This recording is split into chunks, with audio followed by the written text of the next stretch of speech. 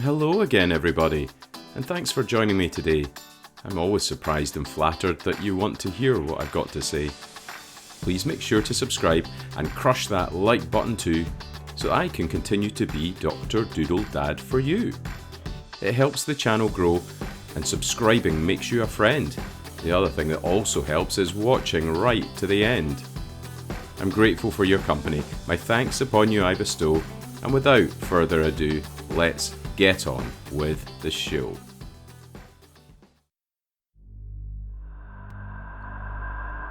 Does anyone remember Y2K, the huge threat of a computer virus that was going to instantly end the world in a digital meltdown crisis?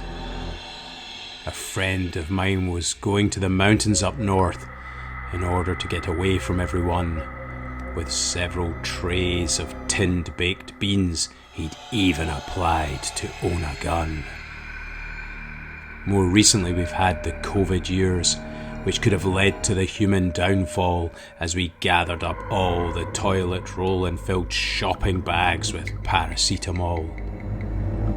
We only occasionally left our safe homes to queue and scrounge for supermarket food. It was real Day of the Triffid stuff, but did we really learn all that we should? There's been something else on the horizon. Have you and yours been paying attention? Those previous calamities pale in comparison to what I'm about to mention. The warning signs have festered for ages in the cinema and on your TV. The next threat that's coming your way is the zombie apocalypse, you'll see. So what are you doing to prepare when they start to crawl out of the ground? Do you have a plan to keep your friends and family safe and sound? It's now time to get yourself ready while there's supplies on local shop shelves. Don't expect to have charity from others. You will need to look after yourselves. You don't know what kind will appear, so you need to have arrangements in place to cover all eventualities, no matter what species you face.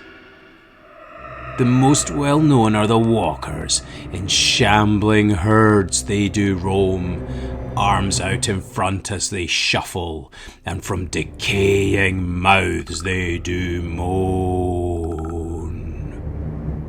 Next are the lightning-fast movers that make elite athletes look unfit. So unless you're an ultra-endurance runner, I'm afraid once you're spotted, you had it. The screamers are an unusual kind. They don't directly cause you harm, but they screech at super high volumes like a zombie early warning alarm.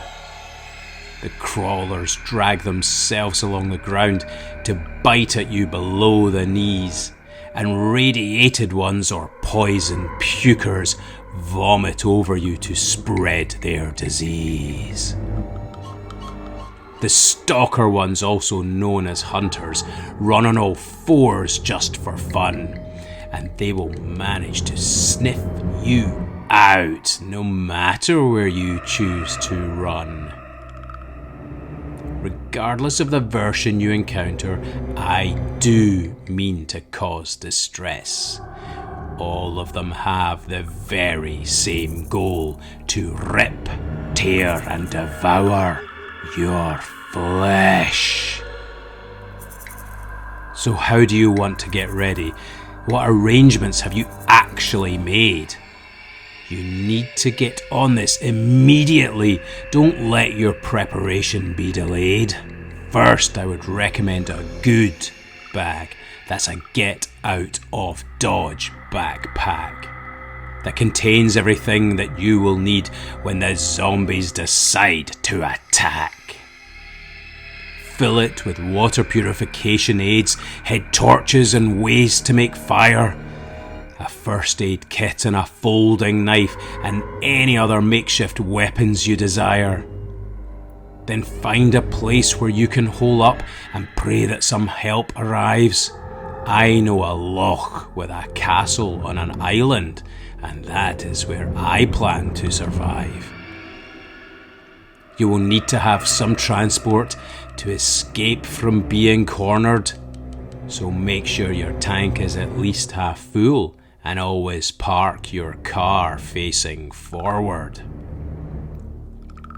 Get yourself a few solid allies who are aware of your flight ideas, that when the food runs out won't eat you, so at least that's one less of your fears.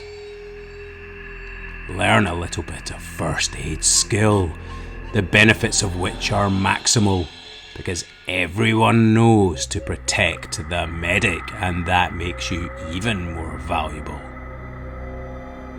Finally, make sure you are physically fit, so go out and run and run and run.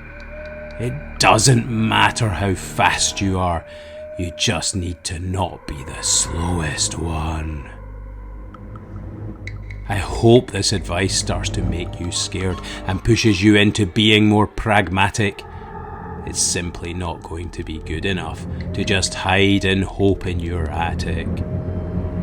These plans should help you stay alive, and the zombie game you might win. But just one remaining concern I have.